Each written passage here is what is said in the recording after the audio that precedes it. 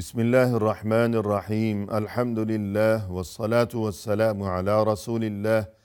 وعلى آله وأصحابه أجمعين أما بعد ناظرین کرام السلام علیکم ورحمۃ اللہ وبرکاتہ۔ شرح الادب المفرد کے عنوان سے اس پروگرام کے ہمراہ ہم آپ کی خدمت میں حاضر ہیں، اور اس سے قبل گزشتہ نشست کے موقع پر ہم پڑھ رہے تھے یہ کتاب کہ جس کا نام ہے الادب المفرد، اور اس کتاب میں یہ باب نمبر 211 کہ جس کا عنوان قائم فرمایا ہے امام بخاری رحمہ اللہ نے، فرمایا کہ باب عمل الرجل مع عماله، یعنی اس سے قبل گزشتہ ابواب میں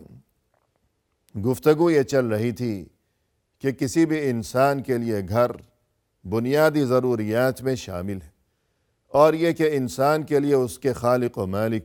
اللہ عز و جل کی جانب سے یہ مکان یہ بہت بڑا احسان ہے اور یہ بہت بڑی نعمت ہے۔ لہذا مکان سے متعلق کچھ ضروری احکام اور چند ضروری تعلیمات و ہدایات کا یہاں تذکرہ چل رہا ہے ان ابواب میں، اور گفتگو یہاں تک پہنچی تھی کہ عمل الرجل مع عماله، یعنی جب تعمیر مکان کی نوبت آئے گی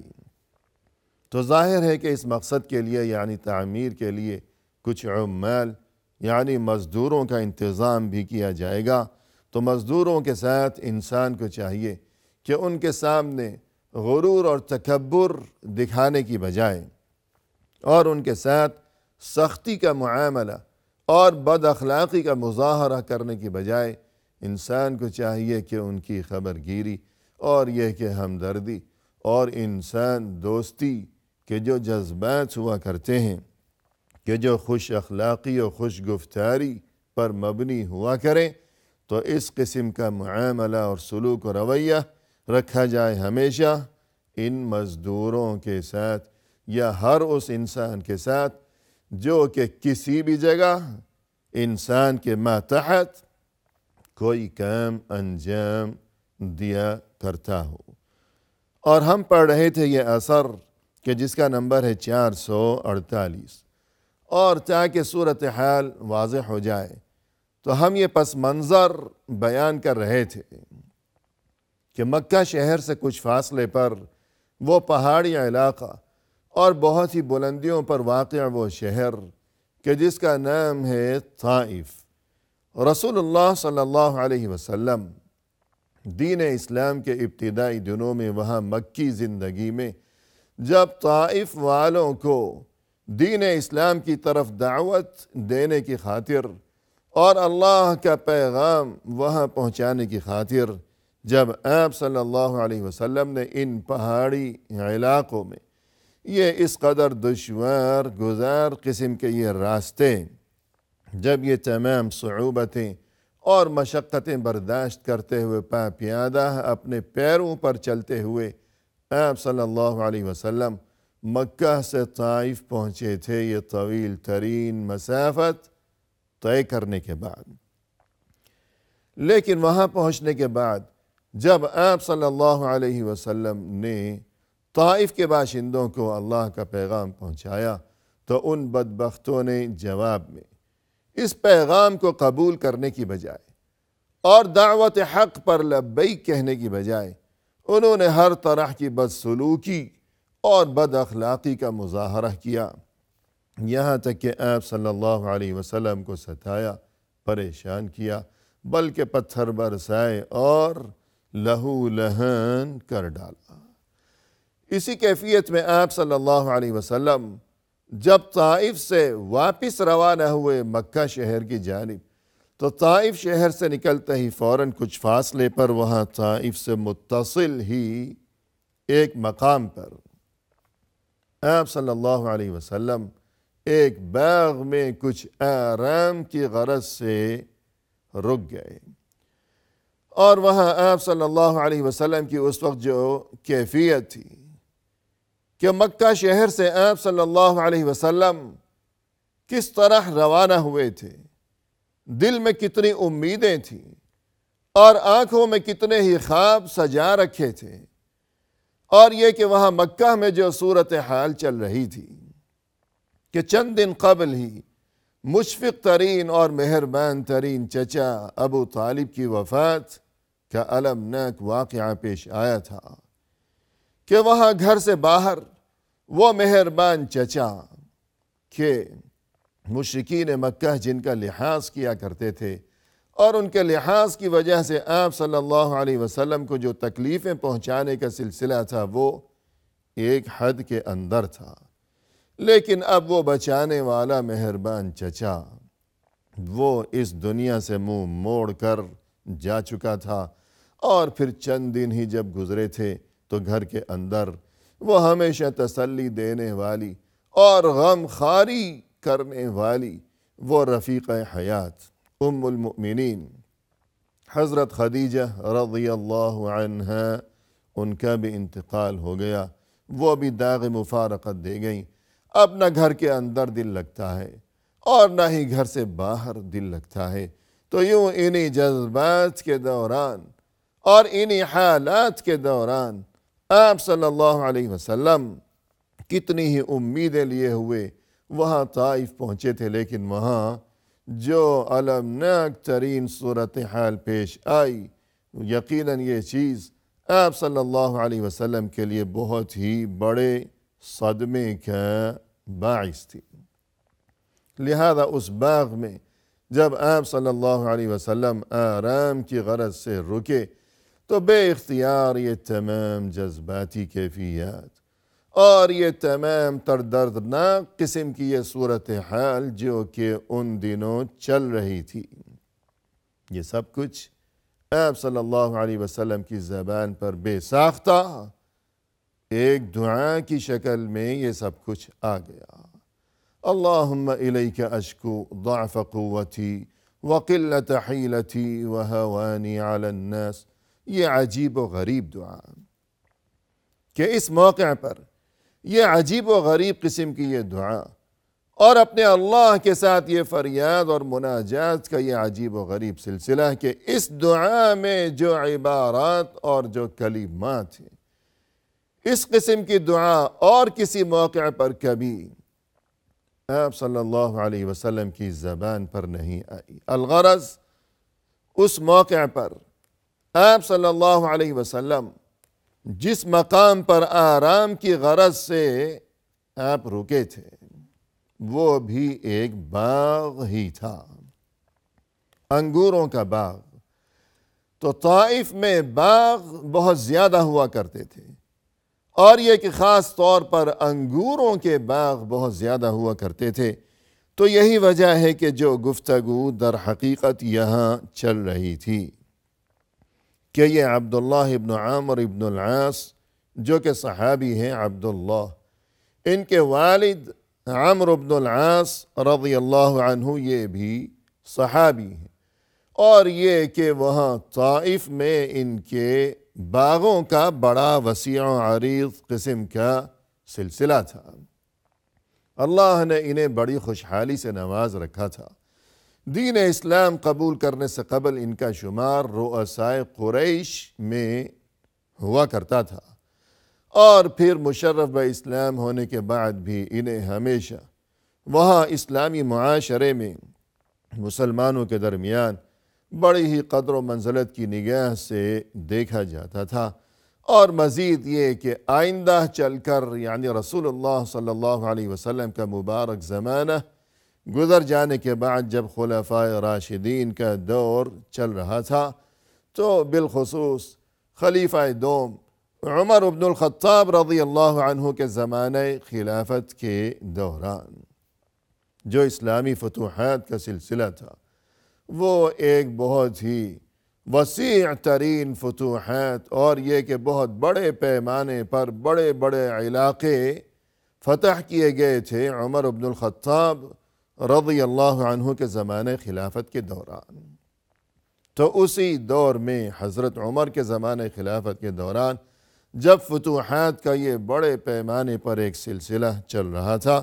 اور ایک سیل رواں جاری تھا، تو عمرو بن العاص رضی اللہ عنہ انہوں نے مصر فتح کیا تھا، یعنی وہ لشکر جس نے ملک مصر فتح کیا تھا اور یہ عظیم ترین کارنامہ انجام دیا تھا، اس لشکر کے سپہ سالار یہی تھے اور قیادت کے فرائض یہی انجام دے رہے تھے، یعنی عمرو بن العاص رضی اللہ عنہ۔ لہذا تاریخ میں ہمیشہ کے لیے یہ فاتح مصر کے لقب سے مشہور ہو گئے۔ الغرض اللہ نے انہیں بڑی خوشحالی سے نوازا تھا، مکہ میں بھی، مدینہ میں بھی، اور یہ کہ طائف وغیرہ اور جو قرب و جوار کے علاقے تھے وہاں ان کے بڑے تجارتی سلسلے تھے، تجارت بھی تھی، اور یہ کہ زراعت، باغبانی، کاشتکاری، کھیتی باڑی وغیرہ۔ تو ان کا یہ باغ تھا، بہت بڑا باغ، انگوروں کا یہ باغ تھا، جس میں کتابوں میں ہمیں بڑی تفصیلات ملتی ہیں کہ نہ جانے کتنے ہزار بیلیں تھیں وہاں انگوروں کی ان کے اس باغ میں۔ تو وہاں یہ واقعہ پیش آیا کہ ان کے بیٹے عمرو بن العاص کے بیٹے عبداللہ نے اپنے بھتیجے کو یوں کہا کہ بھتیجا وہ ابھی باغ سے نکل کر آ رہا تھا، تو بھتیجے سے یہ پوچھا، اَيَعْمَلُ عُمَّالُكَ، کیا تمہارے مزدور اس وقت وہاں اندر کام کاج کر رہے ہیں؟ قال لا ادری، بھتیجے نے جواب دیا کہ لا ادری، یعنی مجھے نہیں معلوم۔ قال، تب انہوں نے یوں کہا بھتیجے کو، اما لو كنت ثقفيا لعلمت ما يعمل عمالك، اگر آپ ثقفی ہوتے تو آپ کو یقیناً اس بارے میں علم ہوتا کہ آپ کے وہ مزدور اس وقت کام کاج میں مشغول ہیں یا کیا کر رہے ہیں، بیکار بیٹھے ہوئے ہیں۔ تو یہاں ناظرین کرام ہمیں یہ بات معلوم ہونی چاہیے کہ انہوں نے یہ جو فرمایا کہ اگر آپ ثقفی ہوتے، یعنی وہ جو شہر تھا طائف، وہاں ایک بہت بڑا مشہور تاریخی قسم کا قبیلہ آباد تھا کہ جس کا نام تھا بنو ثقیف، یعنی یہ طائف شہر کے جو باشندے تھے یہ ثقفی تھے، خاندان بنو ثقیف سے ان کا تعلق تھا، اور چونکہ وہاں یہ زراعت وغیرہ باغبانی کا سلسلہ بہت زیادہ وسیع و عریض پیمانے پر تھا کہ وہ خوشگوار قسم کا موسم اور یہ کہ سرسبز قسم کا علاقہ، تو باغبانی کے سلسلے وہاں بہت زیادہ ہوا کرتے تھے، لہذا یہ جو ثقفی تھے یعنی طائف کے باشندے، بنو ثقیف سے تعلق رکھنے والے، تو چونکہ ان کے یہ تمام سلسلے تھے باغبانی کے اور اس مقصد کے لیے مزدوروں کی ضرورت بھی پیش آیا کرتی تھی، لہذا مزدور کے ساتھ کس طرح پیش آنا ہے، کیا رویہ رکھا جائے گا، مزدور کیا کر رہا ہے کیا نہیں کر رہا ہے، تو چونکہ ان کا ہمیشہ مزدوروں کے ساتھ بہت زیادہ تعلق اور واسطہ رہا کرتا تھا، لہذا انہیں مزدوروں کے بارے میں خوب خبر رہا کرتی تھی۔ جبکہ یہ عمرو بن العاص اور ان کے بیٹے عبداللہ، ان کے اگرچہ بڑے پیمانے پر باغوں کے سلسلے تھے طائف میں، لیکن یہ خود طائف کے باشندے نہیں تھے، ثقفی نہیں تھے، یہ تو مکہ شہر کے باشندے تھے۔ یہی وجہ تھی کہ یوں کہنے لگے عبداللہ اپنے بھتیجے کو کہ اگر آپ ثقفی ہوتے یعنی طائف کے باشندے ہوتے تو آپ یوں نہ کہتے کہ مجھے نہیں معلوم کہ میرے مزدور اس وقت کیا کر رہے ہیں، بلکہ آپ کو خبر ہوتی کہ آپ کے مزدور اس وقت کیا کر رہے ہیں۔ ثم التفت الینا، یہ راوی نافع ابن عاصم فرماتے ہیں کہ اس کے بعد یہ عبداللہ ابن عمرو ابن العاص اپنے بھتیجے سے یوں گفتگو کرنے کے بعد ہماری جانب متوجہ ہوئے، فقال، اور یوں کہنے لگے، ان الرجل اذا عمل مع عماله في داره وقال مرة في ماله كان عاملا من عمال الله عز وجل یوں فرمایا، یعنی عبداللہ ابن عمرو ابن العاص رضی اللہ عنہما جو صحابی ہیں، صحابی کے بیٹے بھی ہیں، ہمیں یوں فرمانے لگے کہ انسان اگر خود اپنے مزدوروں کے ساتھ مل جل کر کام کاج کیا کرتا ہو تو وہ اللہ کا کارندہ شمار کیا جائے گا۔ اللہ کا کارندہ، یعنی پہلی بات تو یہ کہ عامل کے معنی ہے کام کرنے والا، یعنی کارندہ، کام کرنے والا۔ اب جو کوئی عامل ہے، کام کرنے والا ہے، مزدور ہے، کارندہ ہے،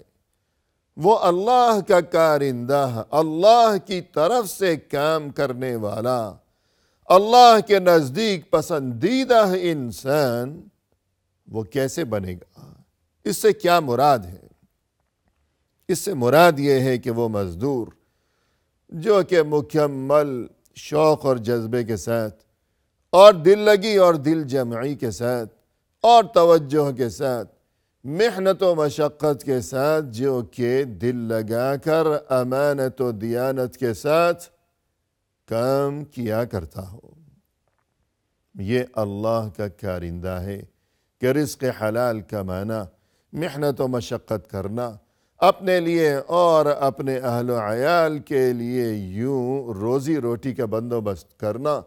تو اس قسم کا جو مزدور ہے